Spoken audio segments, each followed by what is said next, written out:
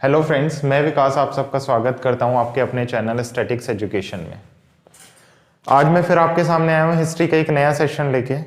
Last class में हम लोगों ने डिस्कस किया था इंडस वैली सिविलाइजेशन के बारे में। क्या था इंडस वैली सिविलाइजेशन? मैंने लास्ट क्लास में लास्ट वीडियो में आप लोगों को बताया है किस तरह से लोग आए थे, कहाँ पे रह रहे थे, क्या रीजंस थे आने के, कैसे सिविलाइजेशन डिस्ट्रॉयड हो गई। कब डिस्ट्रॉयड हुई इंडस वैली सिविलाइजेशन? 1750 बीसी में। 1750 में ये सिविलाइजेशन खत्म हो गई, या सिविलाइजेशन ये सभ्यता डिस्ट्रॉयड हो गई। अब इंडिया में क्या चल रहा था नेक्स्ट? ये 1750 के बाद इंडिया में नेक्स्ट टॉपिक क्या आता है हमारा? हिस्ट्री का। समझो इस चीज को, क्या हुआ जैसे इंडस वैली सिविलाइजेशन डिस्ट्रॉयड हुई 1750 बीसी में, या वहां पर कोई भी तबाही आई या इकोलॉजिकल कंडीशन की वजह से सिविलाइजेशन डिस्ट्रॉयड हुई, इसके लगभग 250 साल तक, या मैं बोल सकता हूं 1750 के बाद 250 साल तक इंडिया में क्या चला, 250 ईयर्स तक इंडिया में क्या चला, उसकी जानकारी हमारे पास नहीं है। यानी अगर मैं टाइम फ्रेम की बात करूं तो मैं माइनस कर दूंगा, क्योंकि बीसी में मैंने आप लोगों को बताया क्या कर देते हैं, माइनस कर देते हैं। तो मैं किस टाइम फ्रेम की बात कर रहा हूं? 1500 बीसी की। तो 1500 बीसी के आसपास सेम उसी लोकेशन पे, यानी इस वाली लोकेशन पे बाहर से कुछ लोग आएंगे, यहां पे आके बस जाएंगे, और इन लोगों को बोला जाएगा आर्यंस। हिंदी में इन्हें बोला जाएगा आर्य। पॉइंट क्या है, जैसे इंडस वैली सिविलाइजेशन डिस्ट्रॉयड होगी 1750 बीसी में, उसके अप्रोक्स 250 साल बाद बाहर से फिर कुछ लोग आएंगे, फिर इसी लोकेशन पे आके बस जाएंगे, उसी के आसपास जहां पे इंडस वैली सिविलाइजेशन थी, और इन लोगों को बोला जाएगा आर्यंस। और टॉपिक का नाम मैंने दिया वैदिक एज। अब सबसे पहले जब आर्यंस आए थे, कहां से आए थे, क्यों आए थे, या इस लोकेशन पे लोग क्यों आ रहे हैं? 250 साल पहले यहां पे तबाही आ चुकी है ऑलरेडी। तो क्या है ऐसा इस लोकेशन पे जो लोग आ रहे हैं? क्या है ऐसा जो लोग बाहर से आ रहे हैं इंडिया में? इंडिया के लोग कहाँ हैं? सेम टॉपिक का नाम मैंने वैदिक एज क्यों दिया है? बहुत सारे डाउट्स होंगे आप लोगों के मन में, एक एक करके क्लियर करते हैं। सबसे पहले आर्यंस के बारे में जो इंफॉर्मेशन है वो हमें मिलती है वेदास से। हमारे वेदास हैं, 4 वेदा हैं, उनमें से ऋग वेदा से मोस्टली हमें इंफॉर्मेशन मिलती है आर्यंस की लाइफ के बारे में। उसके अलावा ये जो टाइम फ्रेम है, 1500 बीसी में आर्यंस इंडिया में आए थे, और 600 बीसी के आसपास आर्यंस ने इस लोकेशन को छोड़ दिया था। तो आर्यंस का टाइम पीरियड था 1500 बीसी से 600 बीसी तक। तो यही जो टाइम फ्रेम है, इसी के बीच में इंडिया में लिखे गए थे हमारे वेदास। यानी इन्हीं 900 ईयर्स में वेदास लिखे गए थे, क्योंकि आर्यंस के बारे में वेदों से जानकारी मिल रही है। उसके अलावा इसी टाइम पे वेदास लिखे गए हैं, इसलिए टॉपिक का नाम क्या आता है यहाँ पे? वैदिक एज। तो इसमें हमें आर्यंस की लाइफ पढ़नी है, जिसे हम वैदिक लाइफ में इसमें हमें आर्यंस की लाइफ पढ़नी है, जिसमें हम वैदिक लाइफ में रखते हैं। उसके अलावा हमें क्या पढ़ना है इसमें? वैदिक लिटरेचर, जिसमें हम वेदास को डिस्कस करेंगे। तो एक एक करके स्टार्ट करते हैं। सबसे पहले ये पता चला हमने वैदिक एज नाम क्यों दिया। सेकंड, कौन थे ये लोग, कहां से आए थे? अब इसके ऊपर बहुत सारी थ्योरीज हैं, अलग अलग लोगों ने अपनी थ्योरीज दी। किसी ने बताया ये अफ्रीका से आए थे, किसी ने कहा ये अमेरिका से आए थे, बट एक पर्सन थे जिनका नाम था मैक्स म्यूलर। ये नाम बहुत बार एग्जाम्स में पूछा गया है, मैक्स म्यूलर। मैक्स म्यूलर ने बताया कि आर्यंस आए थे सेंट्रल एशिया और रशिया से।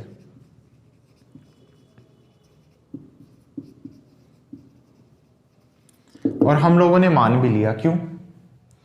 और लोग भी तो बता रहे हैं कहां कहां से आर्यंस आए हैं। कोई कह रहा है अफ्रीका से आए हैं, हमने उनकी बात नहीं मानी। किसी ने कहा अमेरिका से आए हैं, हमने मैक्स म्यूलर की ही बात क्यों मानी? एक्चुअली मैक्स म्यूलर ने एक थ्योरी दी थी, एक कॉन्सेप्ट दिया था, जिसमें उन्होंने एक्सप्लेन किया था आर्यंस जो लैंग्वेज बोल रहे हैं वो संस्कृत बोलते थे। जब आर्यंस इंडिया में आए थे संस्कृत लैंग्वेज बोलते थे। उसी टाइम पे सेंट्रल एशिया और रशिया में भी क्या बोला जाता था? संस्कृत। तो लैंग्वेज सिमिलैरिटी के बेस पे हम लोगों ने मान लिया कि आर्यंस कहां से आए होंगे? सेंट्रल एशिया एंड रशिया से आए होंगे। कैसे? लाइक कोई पर्सन यहाँ के मेरे पास आके पंजाबी बोल रहा है, तो मैं समझ जाऊंगा ना पंजाबी पंजाब में बोली जाती है, तो पंजाब से आए होंगे। सेम आर्यंस इंडिया में आके संस्कृत बोल रहे थे, तो उसी बेसिस में मैंने मान लिया संस्कृत उस टाइम पे सेंट्रल एशिया और रशिया में बोली जाती थी, इसलिए सेंट्रल एशिया और रशिया से आए थे। अब आने के पीछे रीजन क्या था, क्यों आए थे आर्यंस? देखो, आर्यंस थे नोमैडिक।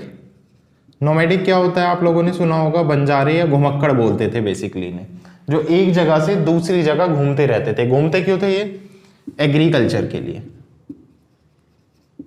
आर्यंस एग्रीकल्चर करते थे। एग्रीकल्चर कैसे करते थे? एक प्लेस पे एग्रीकल्चर किया, 5-10 साल वहां पे एग्रीकल्चर किया, जैसी इस जगह की फर्टिलिटी पावर कम हुई, इस लोकेशन को छोड़ दिया, देन दूसरी जगह, देन इस लोकेशन को छोड़ दिया, देन दूसरी जगह। तो इस तरह से मूव करते रहते थे। अब देखो इंडिया के ऊपर आता है रशिया और इधर है सेंट्रल एशिया। आर्यन इधर से आ रहे हैं इस तरह से एग्रीकल्चर करते हुए और इंडिया में एंट्री करेंगे। यहां पर किस लोकेशन पे एंट्री करेंगे? पाकिस्तान वाली जगह से अफगानिस्तान के रास्ते होते हुए यहां से एंट्री करेंगे इंडिया में। अब एग्रीकल्चर के लिए जरूरी क्या है? बेसिकली क्या जरूरी होता है? इनफ पानी होना चाहिए और जमीन क्या होनी चाहिए? फर्टिलिटी पावर स्ट्रांग होनी चाहिए, प्लेन एरिया होना चाहिए। जैसे ही आर्यंस इस लोकेशन पे एंट्री करते हैं, इस जगह पे फ्लो करती थी एक साथ 7 reverse, Ganga, Yamuna, Saraswati, Ravi, Chenab, Jhelum and Indus. Aryans जैसे ही इस लोकेशन पे एंट्री करेंगे, इस जगह पे फ्लो करती थी एक साथ 7 नदियां, गंगा, यमुना, सरस्वती, रावी, चेनाब, झेलम एंड इंडस। क्योंकि यहाँ पे सफिशिएंट पानी था, उसके अलावा ये एरिया भी कैसा था? प्लेन था, जिस वजह से आर्यंस इसी लोकेशन पे आगे क्या हो जाएंगे? सेटल हो जाएंगे, रहना स्टार्ट कर देंगे। तो रीजन समझ आया क्या था? एग्रीकल्चर के लिए बेसिकली आए थे आर्यंस, नोमैडिक थे, इस लोकेशन पे एक साथ 7 रिवर्स फ्लो करती थी, इस वजह से इस लोकेशन पे आर्यंस आए थे। क्लियर? ओके। क्योंकि यहाँ पे एक साथ 7 रिवर्स फ्लो करती थी तो इस प्लेस को बोला जाता था सप्त सिंधु। तो ये प्लेस किस नाम से जाना जाता था? सप्त सिंधु के नाम से। ओके। उसके अलावा हमारे पास एक और सोर्स है, एक बुक है जैंद अवस्था, बहुत इंपॉर्टेंट बुक है जैंद अवस्था। ईरान की होली बुक है, जैसे इंडिया की रामायण महाभारत है, सेम ऐसे ही ईरान की एक होली बुक है जैंद अवस्था। इस बुक से भी हमें इंफॉर्मेशन पता चलती है कि आर्यंस इंडिया आने से पहले ईरान आए थे, देन ईरान के रास्ते होते हुए कहां पे आए थे? इंडिया आए थे। क्लियर? तो वैदिक एज जिसमें आर्यंस के बारे में हम लोगों ने डिस्कस किया, सबसे पहले आर्यंस आए कहां से थे? मैक्स म्यूलर के अकॉर्डिंग सेंट्रल एशिया और रशिया से आए थे। रीजन क्या था? आर्यन नोमैडिक थे, बंजारे थे, एग्रीकल्चर करने के लिए जगह जगह घूमते रहते थे। इस लोकेशन पे इसलिए एंट्री करेंगे क्योंकि यहाँ पे एक साथ क्या फ्लो करती थी? 7 reverse, Ganga, Yamuna, Saraswati, Ravi, Chenab, Jhelum and Indus. Place क्या था? सप्त सिंधु। बुक कौन सी थी? जैंद अवस्था, जहां से हमें इंफॉर्मेशन मिलना स्टार्ट होती है। क्लियर यहां तक? तो ये वो इंफॉर्मेशन थी जो हमें वेदास में नहीं मिलती, यानी ये इंफॉर्मेशन हमें वेदों के थ्रू नहीं मिली है। वेदों में सिर्फ इतना मेंशन किया गया है कि आर्यंस इंडिया में रहते कैसे थे, कैसे खाते थे, क्या उनका सिस्टम था। वेदों ने ये मेंशन नहीं किया कि आर्यंस कहां से आए थे, क्यों आए थे। ठीक है, तो अब डिस्कस करते हैं आर्यंस की लाइफ के बारे में। अभी हमने सोर्सेस के थ्रू इंफॉर्मेशन डिस्कस किया। हाँ, सो अब डिस्कस करते हैं आर्यंस का पॉलिटिकल स्ट्रक्चर, कैसे वो लोग रहते थे, कैसे खाते थे, कैसे पीते थे। ओके, सबसे पहले पॉलिटिकल स्ट्रक्चर से मतलब क्या है, बेसिक यूनिट क्या होती है।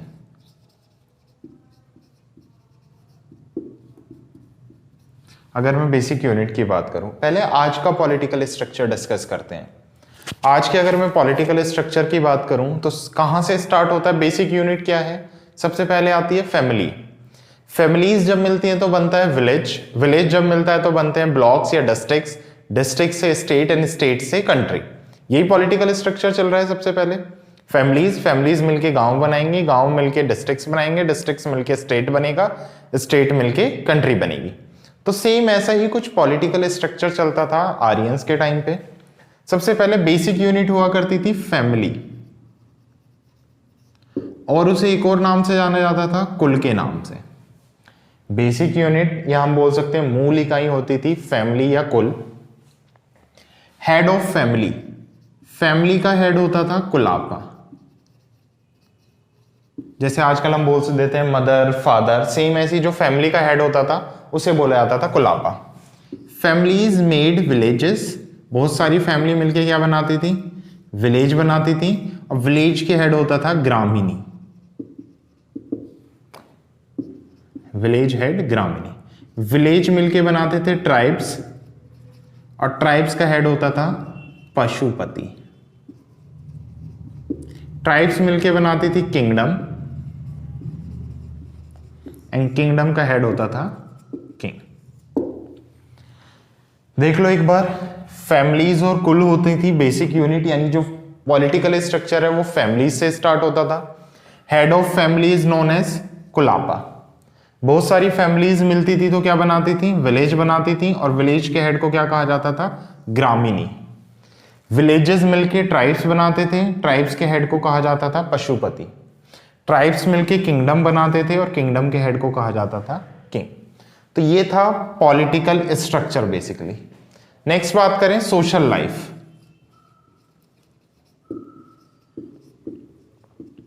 आर्यंस का सामाजिक जीवन कैसा था, आर्यंस की सोशल लाइफ कैसी थी। देखो सबसे पहले ये लोग बहुत डेवलप थे, बहुत ब्रॉड माइंडेड थे बेसिकली। ना तो यहाँ पे कोई सती प्रथा थी, विडो मैरिज अलाउ थी, चाइल्ड मैरिज नहीं थी। तो सबसे पहले बात करते हैं हम, monogamy was allowed.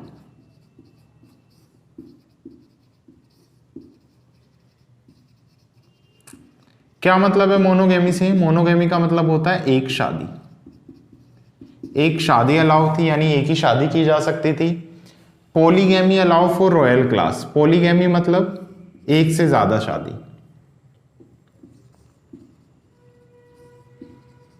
Polygamy allowed for royal class. Polygamy royal class जैसे पशुपति हो गए या फिर किंग हो गया, उसके लिए एक से ज्यादा शादी अलाउ थी। नेक्स्ट, नो सती प्रथा।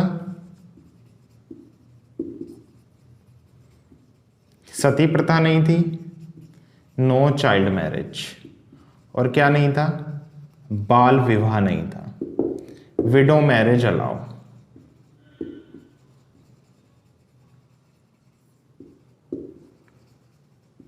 और विडो मैरिज क्या था, अलाउ थी। विधवा विवाह अलाउ था। तो एक शादी अलाउ थी, रॉयल क्लास के लोग एक से ज्यादा शादी कर सकते थे। नो सती प्रथा, no child marriage and widow marriage allow करती थी। सबसे पहले ये लोग थे सेमी नोमैडिक। नोमैडिक थे लेकिन वर्क करते थे as a semi nomadic. Nomadic का मतलब होता है बंजारे, सेमी नोमैडिक का मतलब होता है आधे बंजारे। यानी क्या करते थे, दो चीजों पे डिपेंड थे, एग्रीकल्चर एंड पोस्टल। एग्रीकल्चर का मतलब होता है खेती करना, पोस्टल का मतलब होता है चराहा, बेसिकली पशु चराना। पहले एग्रीकल्चर पर्सपेक्टिव से डिस्कस कर लेते हैं। मेजर क्रॉप्स क्या थी यहां पे, वीट एंड राइस। दो मेजरली क्रॉप्स थी। लास्ट सिविलाइजेशन में मेजर क्रॉप्स थी वीट एंड बार्ले। यहां पे क्या आ गया है, राइस आ गया है। वीट एंड राइस यहां पे क्या है, दो मेजर क्रॉप्स हैं। नेक्स्ट बात करते हैं ट्रेड। सेम दो कंट्रीज के साथ ट्रेड करते थे, मेसोपोटामिया एंड अफगानिस्तान।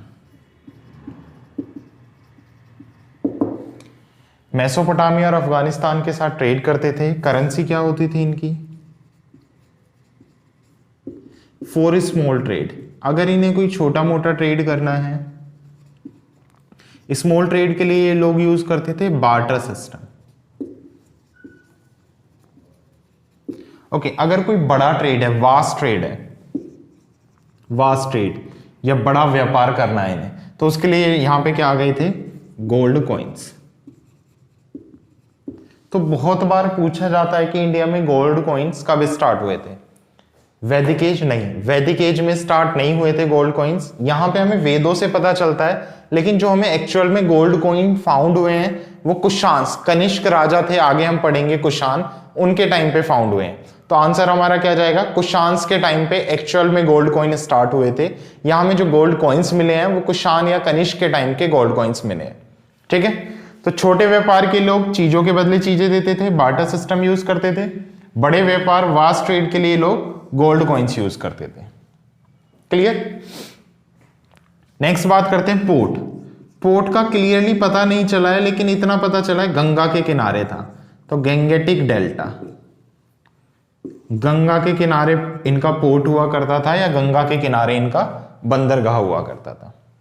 उसके अलावा इन लोगों ने एक मेटल को खोज लिया था, आयरन। तो आयरन को क्या कर लिया था, यहां पे डिस्कवर कर लिया गया था। नेक्स्ट आते हैं पोस्टल या पशुपालन। ओके, सबसे पहले पशुपालन में मेन एनिमल था इनका, मेन एनिमल काऊ। जो गाय को पूजने की प्रथा है, जो गाय को माता मानने की प्रथा है, वो वैदिक एज से ही आई है। ये लोग गाय को क्या मानते थे, भगवान की तरह पूजते थे या माता मानते थे। गाय के नाम पे लोग दो वर्ड यूज करते थे, गोधुली एंड गव्युति। ओके, ये वर्ड बहुत बार पूछ ले जाते हैं, गोधुली एंड गव्युति। यहां पे लिखे हैं मैंने गोधुली एंड एक ये वर्ड है गव्युति। क्या मतलब है गोधुली से, क्या मतलब है गव्युति से? देखो, गोधुली का यूज किया जाता था मेजरमेंट ऑफ टाइम, टाइम का मेजर करने के लिए। जैसे आजकल हम लोग यूज करते हैं ना सुबह दोपहर शाम। क्या होता था, शाम को जब गायें चरने जाती थी और वापस आती थी तो उनके पैरों से धूल उड़ती थी, जिससे लोग टाइम का पता लगाते थे कि अभी शाम का टाइम हो रखा है, या उस वर्ड को ये लोग कहते थे गोधुली, गाय के पैरों की धूल बेसिकली। तो मेजरमेंट ऑफ टाइम, गोधुली वर्ड का यूज किया जाता था टू मेजर टाइम। गव्युति क्या था, गाय के पैरों के बीच का डिस्टेंस लिया जाता था, जिसे डिस्टेंस मेजर करने के लिए, जैसे आजकल हम लोग फुट यूज करते हैं, फीट यूज करते हैं या फिर मीटर यूज करते हैं, सेम ये लोग यूज करते थे गव्युति वर्ड। ठीक है, तो मेन एनिमल काऊ थी। गाय को, ये पुजारी को दान देने के लिए भी गाय का यूज करते थे और गाय को माता माना जाता था। उसके अलावा अदर एनिमल्स थे, lion, sheep, horse and buffalo.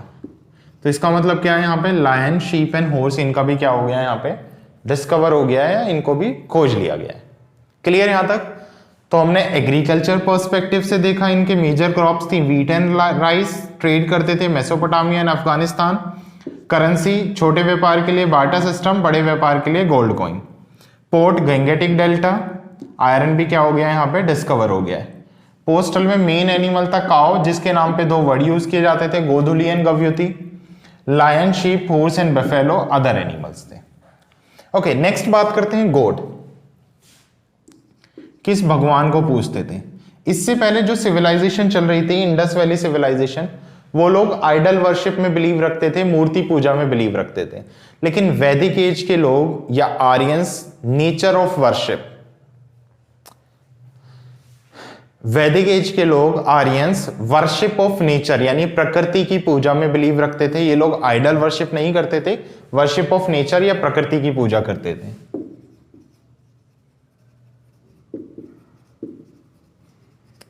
प्रकृति की पूजा करते थे, जिसमें ये लोग प्रकृति में किसको पूजते थे, अग्नि को, सेकंड इंद्रा, थर्ड यमा। तीन गॉड थे इनके। अग्नि जो आग होती है, अग्नि वो थी जिसे आप ये लॉर्ड ऑफ स्ट्रेंथ, शक्ति की देवी बताते थे। इंद्र लॉर्ड ऑफ रेन, बारिश के देवता। और यमा जिसे हम यम या यमदूत के नाम से जानते हैं, लॉर्ड ऑफ डेथ, मृत्यु के देवता ये लोग बताते थे। ठीक है, उसके अलावा मैरिज ऑर्गेनाइज थ्रू अग्नि, उसके अलावा मैरिज ऑर्गेनाइज थ्रू अग्नि, आग के चारों तरफ फेरे लेने वाली प्रथा भी कहां से स्टार्ट हुई है, वैदिक एज से ही आई है, आर्यन से ही आई है। तो यहां पे हमने आर्यंस की लाइफ को डिस्कवर किया, कैसे रह रहे हैं, क्या पॉलिटिकल स्ट्रक्चर है, क्या सोशल लाइफ है, क्या इकोनॉमिकल लाइफ है। अब आते हैं इनके लास्ट पे। ऐसा क्या हुआ, मैंने बताया था कि 600 बीसी में आर्यंस भी इस जगह को छोड़ के धीरे धीरे जाने लगे। ओके, यहां पे आर्यंस रह रहे हैं, आर्यंस काफी अच्छे तरीके से रह रहे हैं, काफी वेल डेवलप और पढ़ी लिखी सोसाइटी है। क्या होगा, धीरे धीरे इन पे अटैक्स होने स्टार्ट हो जाएंगे। अब ये अटैक की डर की वजह से 600 बीसी तक आते आते कुछ जिस कंट्री से आए थे अपनी कंट्री वापस चले जाएंगे, कुछ क्या आ जाएंगे, इंडिया में अंदर की तरफ आ जाएंगे। और 600 बीसी तक आर्यंस भी क्या कर देंगे, इंडिया को कंप्लीटली खाली कर देंगे। तो मेजरली क्या था, आसपास के ट्राइबल अटैक की वजह से आर्यंस इस लोकेशन को कंप्लीटली छोड़ के चले गए। तो फर्स्ट हमने इंडस वैली डिस्कवर किया। नेक्स्ट सेशन में आज हमने देखा कि कैसे आर्यंस रहते थे। नेक्स्ट क्लास में हम लोग डिस्कस करेंगे अबाउट वेदास, या फिर वैदिक लिटरेचर। अभी मैं नेक्स्ट क्लास में डिस्कस करेंगे वैदिक लिटरेचर। तो होप सो आपको समझ आया होगा पूरा सेशन। बहुत इंपॉर्टेंट है किसी भी एग्जाम्स के लिए, डायरेक्ट क्वेश्चन फ्रेम हो जाता है यहाँ से।